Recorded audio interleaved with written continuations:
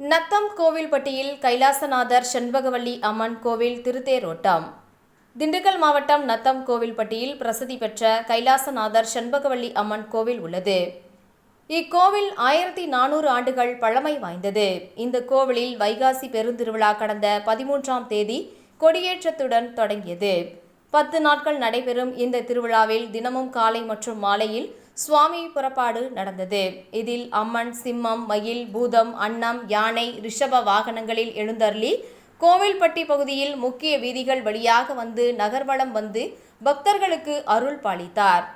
திருவிழாவில் நேற்று திங்கட்கிழமை கைலாசநாதர் சமேத செண்பகவல்லி அம்மன் திருக்கல்யாணம் நடைபெற்றது. தொடர்ந்து திருவிழாவின் முக்கிய நிகழ்ச்சியான திருத்தேரோட்டம் இன்று காலை 10 மணிக்கு அதிர்வெட்டுகள் முழங்க சிவாச்சியார்களின் மந்திரங்கள் முழங்க தொடங்கியது. இதில் திருத்தேர் வண்ண பூமாலைகளாலும் வண்ண துணிகளாலும் அலங்கரிக்கப்பட்டு இருந்தது. இந்த தேரில் கைலாசநாதர் செண்பகவல்லி அம்மன் மற்றும் பரிவார தெய்வங்கள் எழுந்தருளி கோவில்பட்டி அக்கரகாரம் வழியாக நகர்வலமாக கோவிலை வந்தடைந்தது. வழி நெடுங்கிலும் ஆயிரக்கணக்கான பக்தர்கள் திருத்தேரை வடங்களை பிடித்து இழுத்து சாமி தரிசனம் செய்தனர்.